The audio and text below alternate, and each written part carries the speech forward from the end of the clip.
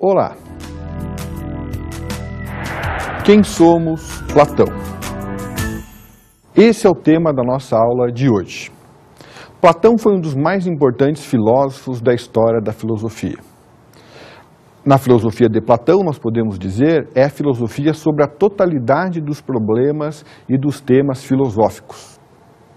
O Platão introduziu na filosofia um tema que não existia até o seu tempo, que é o problema do homem. Além do mais, a filosofia de Platão conferiu à filosofia um método de conhecimento, um método de argumentação que marcou toda a história da filosofia. Desde o século IV a.C., quando Platão surgiu, até os nossos dias, nós fazemos filosofia sempre tendo como referência o método platônico, isto é, a dialética. Platão não foi o inventor da filosofia, mas nós podemos, de uma maneira geral, dizer que Platão refundou a filosofia. O nascimento da filosofia ocorreu mais ou menos no século VII a.C. Os primeiros filósofos gregos ficaram conhecidos como os filósofos da natureza, ou os filósofos pré-socráticos. Nós podemos dizer que Platão refundou a filosofia fundamentalmente a partir da influência ou da relação que Platão teve com o seu mestre Sócrates. Foi Sócrates quem, de maneira muito objetiva, colocou o problema ou os problemas sobre o homem, sobre a moral, sobre a política, no centro do debate filosófico. Para compreender, então, a filosofia do Platão, é muito interessante voltar um pouco ao pensamento socrático. Aliás, é muito difícil separarmos a filosofia de Platão da filosofia de Sócrates. O motivo para isso é simples. Primeiro ponto importante é que tudo que nós conhecemos sobre Sócrates, nós conhecemos fundamentalmente ou principalmente através de Platão. Platão escreveu a maior parte da sua obra na forma de diálogos. E o Sócrates sempre é o personagem principal dos diálogos platônicos. É toda a filosofia de Sócrates, é todo o pensamento socrático que revive pela letra e pelos escritos de Platão. Vamos ver agora um pequeno trecho sobre a vida e a filosofia de Sócrates. Vi hanno detto ateniesi che io ero un oratore. Io vi dico che alla mia età, ho 70 anni, non sarebbe bene che praticassi l'eloquenza. È la prima volta che compaio davanti a voi, sulla pedana di una corte di giustizia. Ma quanti mi hanno sentito parlare nelle strade, nelle pubbliche piazze, potranno dirvi che parlo qui come altrove, alla mia maniera. E cioè senza ricerche formali. Cerco solo la verità. La legge esige che prenda la parola per difendermi e mi difenderò. Tuttavia, prima di rispondere ai miei accusatori, che ho ascoltato con la più grande attenzione, devo contestare le cattive lingue che ormai da 20 anni si accaniscono a confondermi con un certo Socrate occupato a scrutare i misteri della terra o, quel che è più grave, a venerare le nuvole. Un tale personaggio è solo nello spirito di coloro che m'hanno malignamente messo in scena, un ateo. E Aristofane o i suoi imitatori non nascondono affatto sotto le loro buffonate la gravità della loro accusa.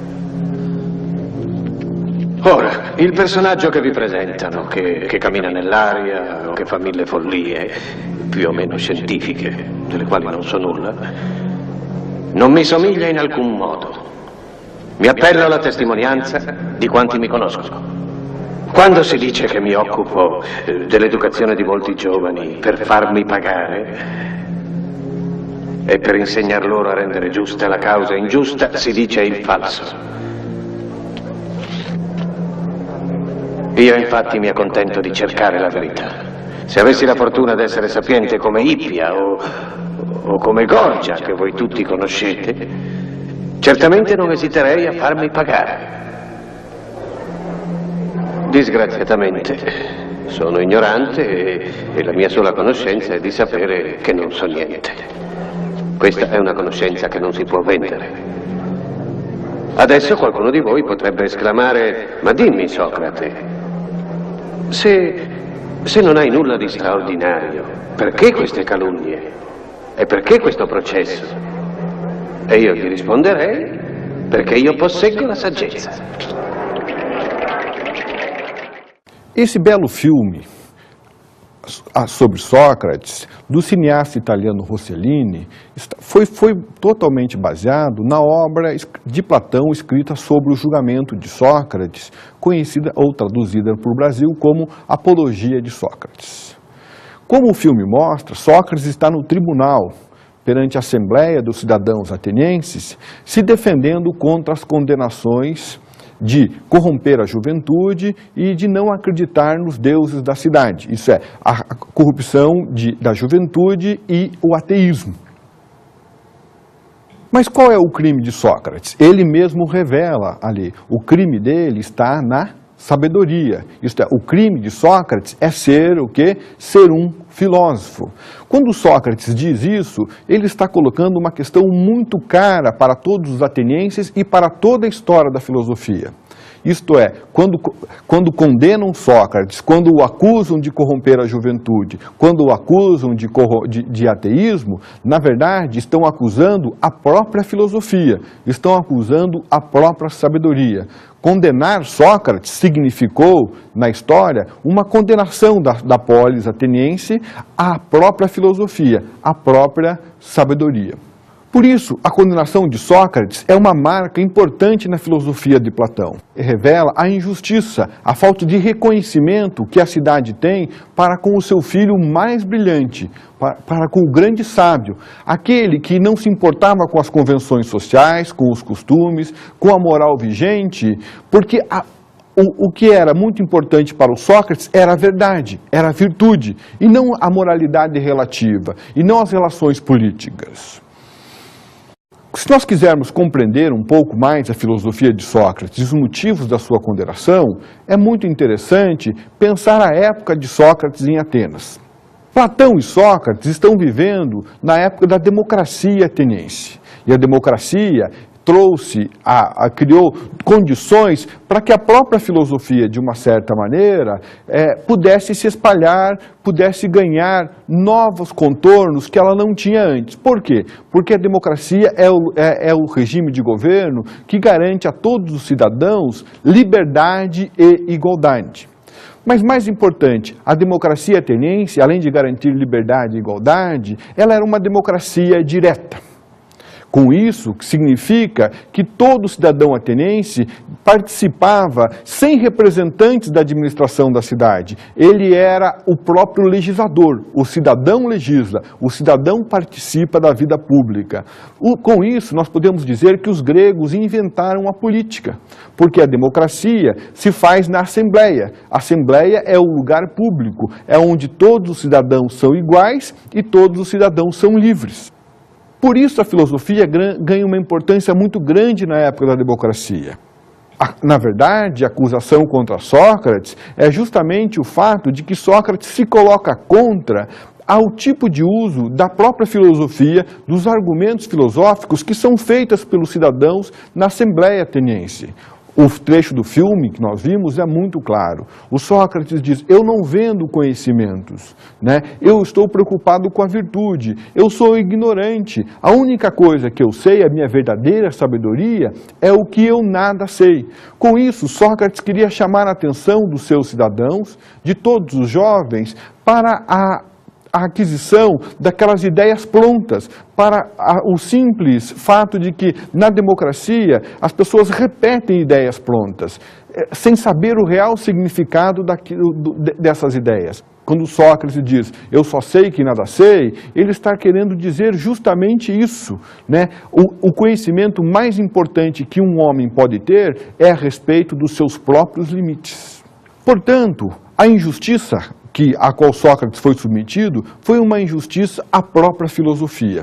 E a resposta de Platão a essa injustiça socrática vai ser a filosofia que Platão vai construir. Platão fica muito impressionado com a morte de Sócrates. O Sócrates era o grande mestre para Platão.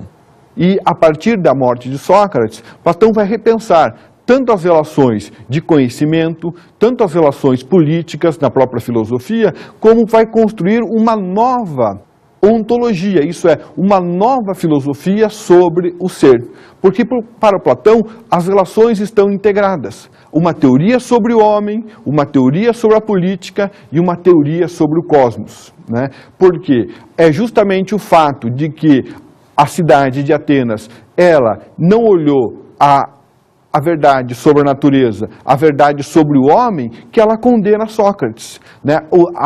A injustiça sobre Sócrates é justamente uma injustiça que nasce da ignorância, de quem condena sem saber os motivos da condenação, de quem julga e acusa sem saber o real significado daquilo que está acusando e daquilo que está julgando. Sócrates foi condenado à morte. Ele foi condenado a tomar um veneno chamado cicuta. E ele poderia trocar a sua condenação à morte, como é relatado no texto Apologia de Sócrates, né, por outras punições menos severas, como, por exemplo, o exílio. Mas Sócrates entende que se os próprios atenienses não suportaram todas as suas críticas, quem dirá algum estrangeiro? Além do mais, ele diz no seu discurso, eu já estou velho demais para me mudar de Atenas, para me acostumar com novos costumes, com uma nova língua. Sócrates poderia, por exemplo, trocar a sua pena de morte pela multa, mas Sócrates não aceita nenhum acordo. Ou ele é declarado inocente, ou ele é declarado culpado. Não há como fazer acordo. A verdade não exige acordo. A verdade ela é única. A verdade ela é transparente. Ela é universal. Se os atenienses não enxergam a verdade, não é o Sócrates que vai macular a verdade, vai cingi-la para conseguir o quê? Garantir a sua própria vida. Agora vamos ver novamente mais um trecho do filme de Rossellini sobre Sócrates. Como eu falei, Sócrates recusa qualquer acordo, né? Sócrates não quer trocar a sua própria história de vida, toda a sua luta em favor da verdade, por mais alguns anos de vida. É isso que esse breve trecho agora do filme sobre Sócrates retrata. Acompanhemos. A seguito dello scrutinio dei voti, Socrate è dichiarato colpevole da una maggioranza di 60 voti. Cosa proponi per mitigare la tua pena? Hai di nuovo la parola.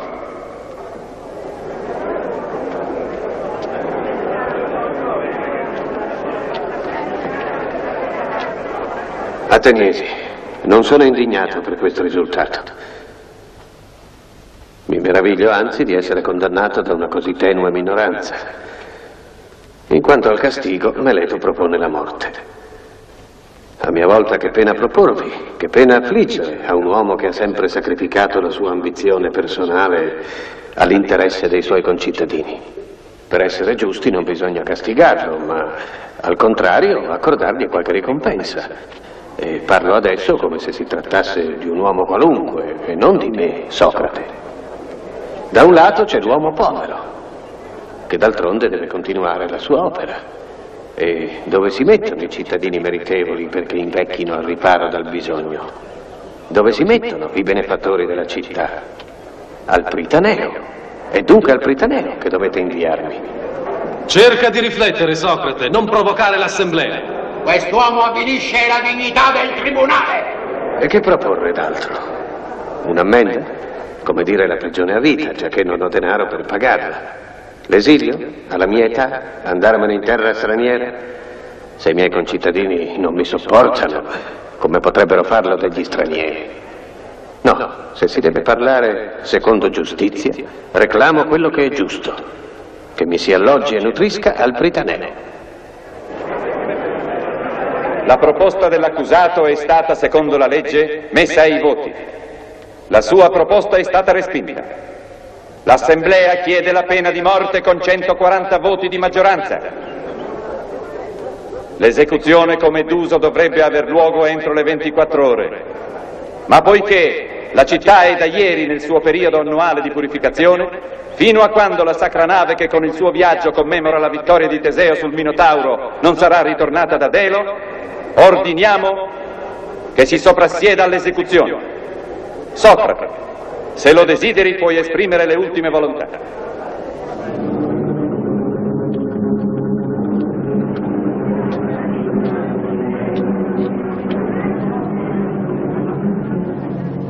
Cittadini d'Atene, se aveste atteso un po' di tempo, la morte sarebbe venuta da sé a liberarvi di Socrate. Usciremo da questa assemblea, io condannato a morte, e voi, miei giudici, condannati dalla verità. E tutta la vostra vita sarà segnata dall'ingiustizia che avete orora commesso.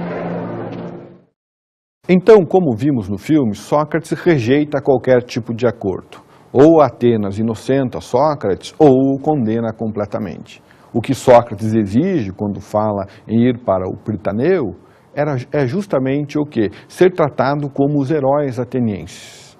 É isso que Sócrates quer. A justiça para ele é o reconhecimento da sua verdadeira filosofia. Contra a injustiça cometida a Sócrates, Platão tem um remédio, que é a sua própria filosofia. A filosofia de Platão é uma resposta à injustiça. Para compreendermos a filosofia de Platão, é interessante voltar aos conceitos que marcaram toda a metafísica do Ocidente. Platão, na verdade, se nós pudéssemos definir a filosofia dele em poucas palavras, e nem sei se essa definição é ainda absolutamente correta, é uma filosofia dualista. E ela é uma filosofia dualista fundada em um idealismo. Para compreender isso, dois conceitos são fundamentais. O conceito platônico do inteligível e o conceito do sensível. Para entendermos melhor esses dois conceitos sobre o inteligível e o sensível, vale a pena recorrer às nossas experiências ou às nossas noções, por exemplo, sobre corpo, alma, sobre pensamento, sobre matéria. O sensível para Platão está relacionado àquilo que ocupa lugar no espaço, aquilo que é material, que pode ser dividido, que pode ser seccionado, aquilo que é aprendido pelos nossos sentidos, aquilo que aparece no nosso campo de visão é o sensível. O nosso corpo, por exemplo, ele é sensível e, nesse sentido, ele faz parte da realidade ou aquilo que Platão denominou como mundo sensível. Já o inteligível, nós podemos nos relacionar, por exemplo, com a nossa ideia de alma. A noção comum de alma, que pertence à nossa tradição cristã, a alma é algo como que não é dado aos sentidos. A alma não tem cor, a alma não pode ser dividida, ela não pode ser seccionada, não é isso? Ela não ocupa lugar no espaço. Para o Platão, o mundo inteligível, na verdade, ou as coisas inteligíveis, são essas que não são aprendidas pelos nossos sentidos. Mas aí tem uma questão, se elas não são aprendidas pelos nossos sentidos, como nós podemos conhecer aquilo que é inteligível? E para Platão, o inteligível só pode ser conhecido pelo pensamento. Na verdade, essa divisão entre sensível e inteligível, ela leva a uma outra divisão entre um tipo de conhecimento que ele provém da experiência do homem no mundo e um outro tipo de conhecimento que vem apenas do pensamento. O inteligível é aquilo que é construído pela razão e o sensível é aquilo que é aprendido pela nossa experiência no mundo sensível. O mundo sensível é o mundo da opinião, é o mundo da aparência. O mundo inteligível é o mundo das essências, das ideias universais e necessárias. Vamos dar um exemplo da filosofia platônica para entender melhor como eles se relacionam. Para Platão, por exemplo, nós temos vários tipos de cadeiras. Existem cadeiras feitas de couro, outras cadeiras feitas de metal, existem cadeiras que são grandes, cadeiras pequenas, existem cadeiras, enfim, de uma infinidade de cores, tamanhos e materiais. A questão é assim, existe alguma dessas cadeiras que pode ser considerado o modelo perfeito de cadeira? Para Platão, não. Todos esses objetos materiais, eles se caracterizam justamente pelo fato de que eles até podem se aproximar da perfeição. Eles podem até realizar um ideal de um objeto belo, de resistência, todos os conceitos que nós poderíamos pensar para qualquer objeto. Eu posso encontrar alguns próximos à perfeição, mas para Platão todos esses objetos, na verdade, ou essa multiplicidade de cadeiras, são cópias imperfeitas e infiéis de uma ideia de cadeira. Essa ideia de cadeira é essa que é a que o Platão entende como a ideia inteligível. E essa ideia de cadeira que habita o mundo das ideias, isto é, o mundo das essências. Para compreender de uma maneira mais clara o dualismo platônico, a teoria das ideias de Platão, vale a pena ir até o livro 7 da República de Platão. Nesse livro 7 da República de Platão, nós temos um dos mais belos textos da história da filosofia, que é o texto sobre o mito da caverna.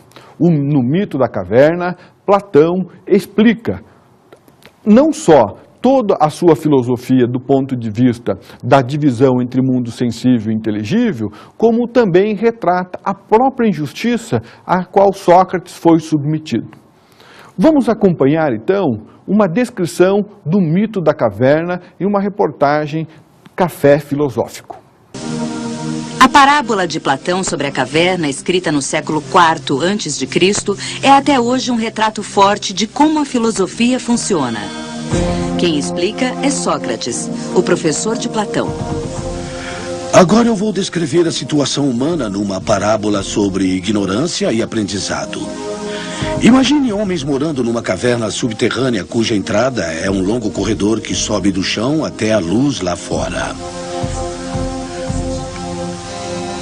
Suas cabeças estão presas por correntes, de modo que precisam ficar de frente para a parede do fundo da caverna e não podem virar a cabeça para olhar pela entrada, que fica atrás deles. Atrás deles, não muito perto, quase na entrada da caverna, há um fogo aceso, e os objetos que passam diante do fogo projetam suas sombras na parede do fundo, onde os prisioneiros as veem em movimento como se fosse um filme. E a pessoa com quem Sócrates está conversando, Glauco, diz: são prisioneiros muito estranhos, Sócrates. E Sócrates dá uma resposta eletrizante. Ele diz: bem, eles são como nós. E você fica ofendido. Você diz: eu não sou assim. Em que minha condição se parece com a deles? Bem, Platão não disse que estamos condenados a ser como prisioneiros numa caverna. Ele diz que no estado em que nos encontramos, podemos começar como prisioneiros na caverna, mas podemos fazer melhor. Agora imagine que os prisioneiros podem conversar e que suas vozes ecoam na parede de modo que parecem vir das suas próprias sombras. Eles não iriam conversar com essas sombras e falar delas como se fossem reais? Para os prisioneiros, a realidade não seria nada mais que sombras. Como vimos no trecho da reportagem, que retrata a experiência de Sócrates da saída da caverna até o mundo das ideias, o que é o mundo das sombras? É o mundo das aparências, o mundo da caverna, o mundo no qual as coisas, a realidade é julgada fundamentalmente pela nossa experiência sensível. Para Platão é essa experiência sensível que é a fonte do erro. Sócrates sai da caverna. E após sair da caverna e conhecer o mundo das ideias, que é representado pelo mundo do sol fora da caverna, de posse da verdade, Sócrates volta até a caverna. A volta de Sócrates é a tentativa de fazer a crítica dessa experiência da caverna, de alertar todos os cidadãos e todos os homens de que existe uma outra verdade, além dessa que nós cotidianamente estamos acostumados a experienciar. Ora, a crítica de Sócrates, ela é sobre a realidade, sobre a vida das pessoas, sobre o modo como elas estão encarando o mundo a partir de todas as suas experiências, dos costumes, da religião, das ideias, isto é, do mundo das sombras, do mundo da caverna. A essa crítica, os atenienses respondem com o quê? Com a condenação de Sócrates. Mas como sair da caverna? Qual é o caminho para a verdade? A própria experiência socrática, a qual Platão se refere, nos ajuda a entender um pouco melhor essa relação entre mundo sensível, inteligível, o mundo das sombras e mundo das ideias, e o processo de saída da caverna. O que Platão coloca, portanto, é que existem duas fontes de conhecimento. Uma primeira fonte do conhecimento, que é esse derivado das nossas experiências. O mundo das experiências é o mundo diverso. É o mundo onde as coisas são dadas de maneira relativa, onde nós não chegamos a nenhum conceito que possa ser universal. Já o mundo das ideias, das formas perfeitas e universais, aquele acessado unicamente, exclusivamente pelo pensamento, este mundo é o mundo da verdade, e ele é a fonte da verdadeira filosofia. Mas como chegar a romper com o mundo da experiência, com o mundo da caverna e aceder a esse mundo das ideias, a esse mundo das formas, ao mundo inteligível? Para isso, Platão criou um método chamado dialética. A dialética, ela tem duas etapas fundamentais na perspectiva da filosofia platônica. Ela tem uma primeira etapa que é crítica, ela é desconstrutiva, e uma segunda etapa que é uma etapa positiva, que é a construção do conhecimento. Vejamos então a dialética e o conhecimento. Qual é a relação entre dialética e conhecimento?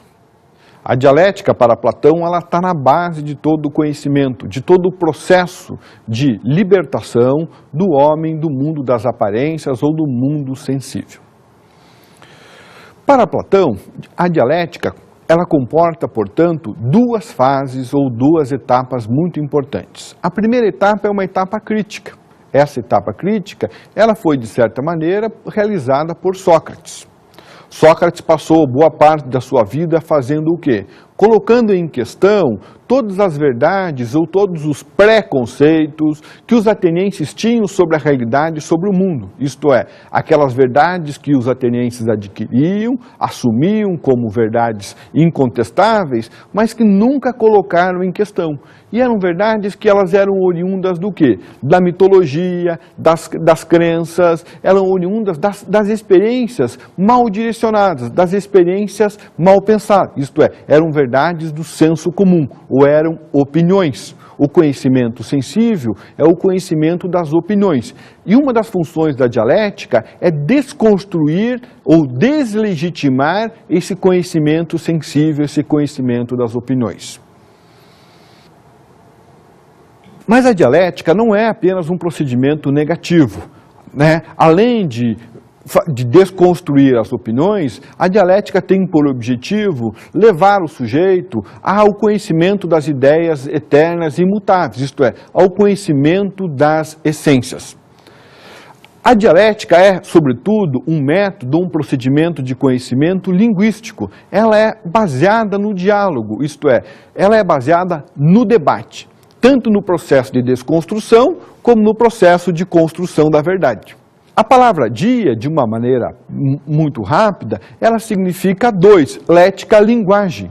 O procedimento dialética consiste justamente em fazer o seguinte, em colocar dois debatedores para que eles possam confrontar as suas ideias. É do confronto dessas ideias, da contradição na qual elas vão permanecer, ou melhor, da superação da contradição, é que nós vamos chegar a um conceito mais aproximado da verdade. O processo dialético, ele consiste justamente em superar a particularidade, superar o conhecimento de opiniões, as aparências, até chegar ao conhecimento universal e necessário. Mas se esse conhecimento não vem da experiência, para a filosofia do Platão, esse conhecimento porque ele já está no próprio homem. A função da dialética é fazer com que o homem lembre aquilo que ele já conhece. Vejamos então a teoria da alma e o conhecimento como reminiscência. Isso é uma questão muito importante na filosofia do Platão, né, que é a teoria do conhecimento como teoria da reminiscência, ou a teoria da lembrança das ideias que a alma já viu. Como vimos, Platão tem uma relação de divisão ou uma teoria dualista sobre corpo e alma. Para Platão, a nossa alma, ela já conhece ou ela já habitou o mundo das ideias. Por isso que a teoria da reminiscência significa justamente lembrar aquilo que nós já conhecemos. Essa teoria do Platão está na base de uma teoria chamada teoria das ideias inatas. Para Platão, conhecer não é construir uma ideia nova ou um conceito novo, mas a função da dialética é justamente fazer com que nós nos lembramos ou possamos retomar a consciência aquilo que já conhecemos. Há um trecho da filosofia de Platão no qual Sócrates faz com que um escravo analfabeto resolva um problema de geometria.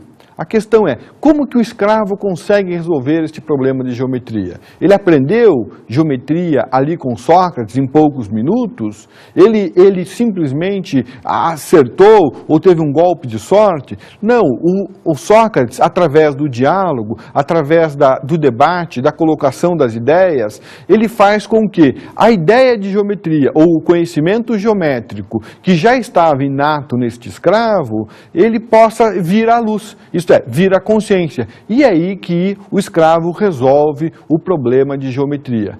Portanto, conhecer para o Platão é relembrar, é trazer à luz aquilo que já sabemos. De uma maneira geral, o corpo na filosofia platônica, nessa relação dualista, ele é um obstáculo. Não são vários trechos da filosofia do Platão que o corpo aparece como obstáculo ao conhecimento. Por exemplo, nós temos uma relação do corpo para Platão como os signos, o corpo é o túmulo da alma, ou o corpo é o cárcere da alma. Esses termos que Platão emprega, como corpo, como túmulo, como cárcere da alma, significa que o objetivo fundamental da nossa filosofia, ou da nossa sabedoria, é justamente a libertação do corpo ou da alma do corpo.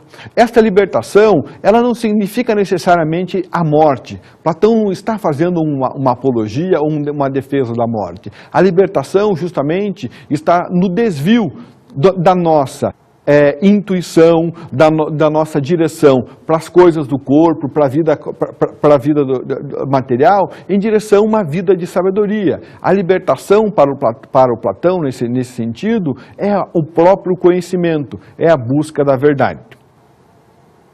Sobre essa relação corpo e alma na filosofia do Platão, vamos fazer uma breve referência a isso a partir de um trecho do filme Matrix.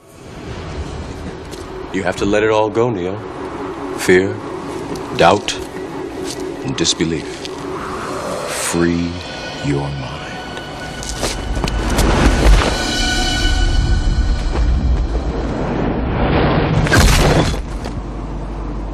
Whoa.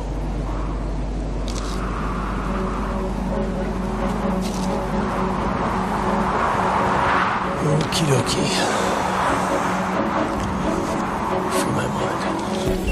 What if he makes it? No one's ever made the first jump. I know. But what if he does? He won't. Come on. Right. No problem. Free my mind. Free my mind. No problem. Right.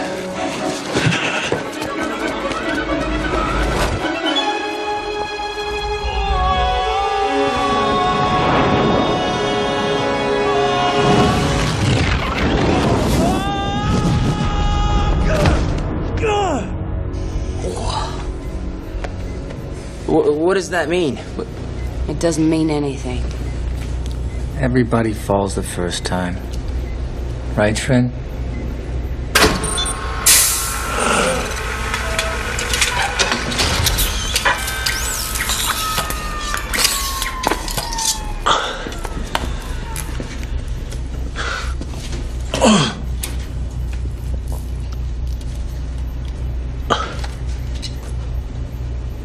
It wasn't real. Your mind makes it real. Como vimos no filme Matrix, para a libertação é justamente a crítica ao mundo que estamos acostumados. O salto é o salto dialético, né? É preciso entender que é o pensamento que nos traz a verdade e não simplesmente a realidade com a qual estamos acostumados. A verdade, ela tem origem no pensamento, ou em termos platônicos, ela está na própria alma. Para compreender um pouco melhor a filosofia de Platão, a sua política, a sua própria psicologia, é interessante retomar a teoria sobre a alma ou sobre as formas da alma que nós encontramos na obra A República de Platão. Para Platão, de uma maneira geral, a alma ela pode ser dividida em três. Há uma teoria que se chama a tripartição da alma. Essa alma, na verdade, essa tripartição da alma está relacionada com três formas. Uma forma que nós podemos chamar de concupiscente, uma outra forma irracível e a forma racional da alma. A forma concupiscente da alma, ela tem como centro fundamental dela as paixões, os desejos, é uma alma orientada para os prazeres. Na perspectiva platônica, essa alma concupiscente, ela está alojada no nosso próprio ventre, no nosso próprio estômago. É a alma dos nossos apetites e desejos carnais. Já a segunda forma de alma, no qual Platão explica a natureza humana, explica o próprio homem, é a alma irracível. É aquela alma que está alojada no nosso coração, no nosso peito. É a alma que trata das virtudes como, por exemplo, a coragem, da fortaleza. A terceira forma de alma é a alma racional, é aquela que tem a ver com o pensamento. Aí nós começamos a entender como Platão entende a noção de justiça e do próprio equilíbrio da vida humana do homem individual. O homem sábio é aquele que guia a sua vida pela razão, por esta alma racional. É aquele que não se deixa guiar pelos desejos concupiscentes. É aquele que não é irracível. É aquele que não age antes de pensar. É aquele que é prudente, aquele que tem sabedoria.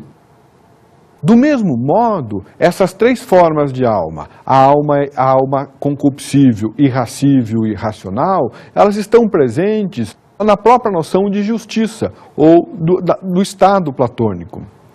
Segundo Platão, a maior parte dos homens estão muito mais próximos desta alma concupiscível.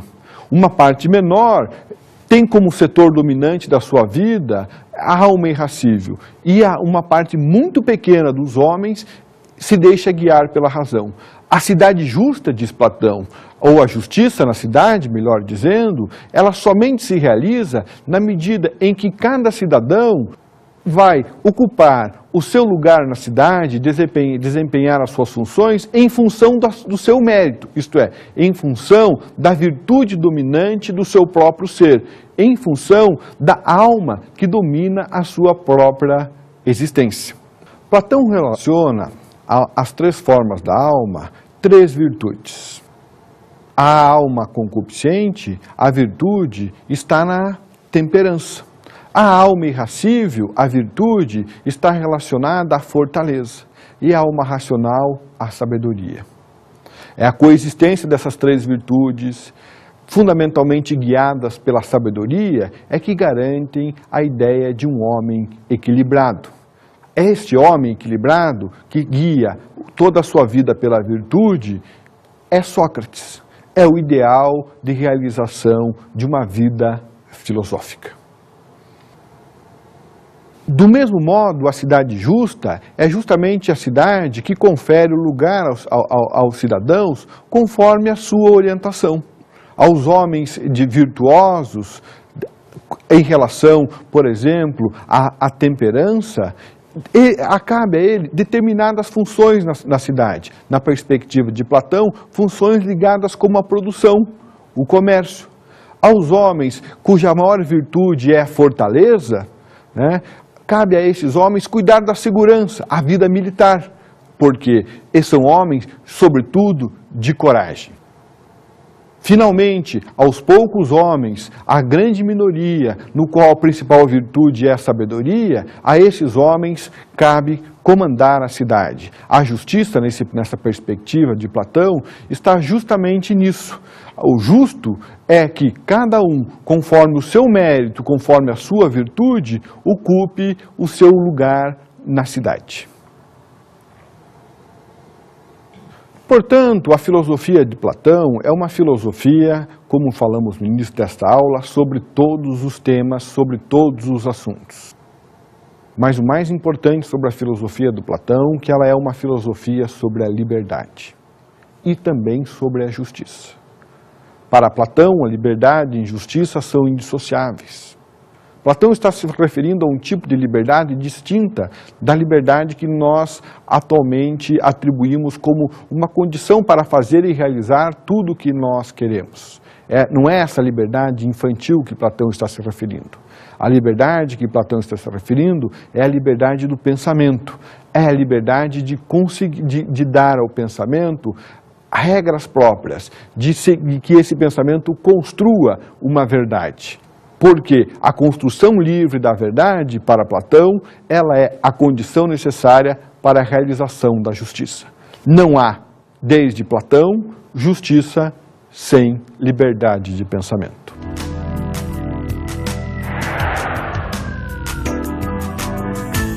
Para compreender um pouco mais sobre a filosofia do Platão, vão aí duas dicas de estudo muito interessantes. A primeira é um filme do diretor Roberto Rossellini chamado Sócrates. Nesse filme, Sócrates é retratado o processo de julgamento, de condenação do próprio Sócrates, baseado no texto de Platão, Apologia de Sócrates. Uma outra fonte muito interessante para estudar o Platão é um livro que é um dos grandes clássicos da história do pensamento ocidental, A República. Nesse livro, A República, de Platão, nós encontramos todos os grandes temas da sua filosofia. Este é um livro que marcou uma tradição no pensamento ocidental, que é a associação entre educação e política, pois A República é um livro sobre conhecimento, educação e política. Bom, então, para todos, bons estudos.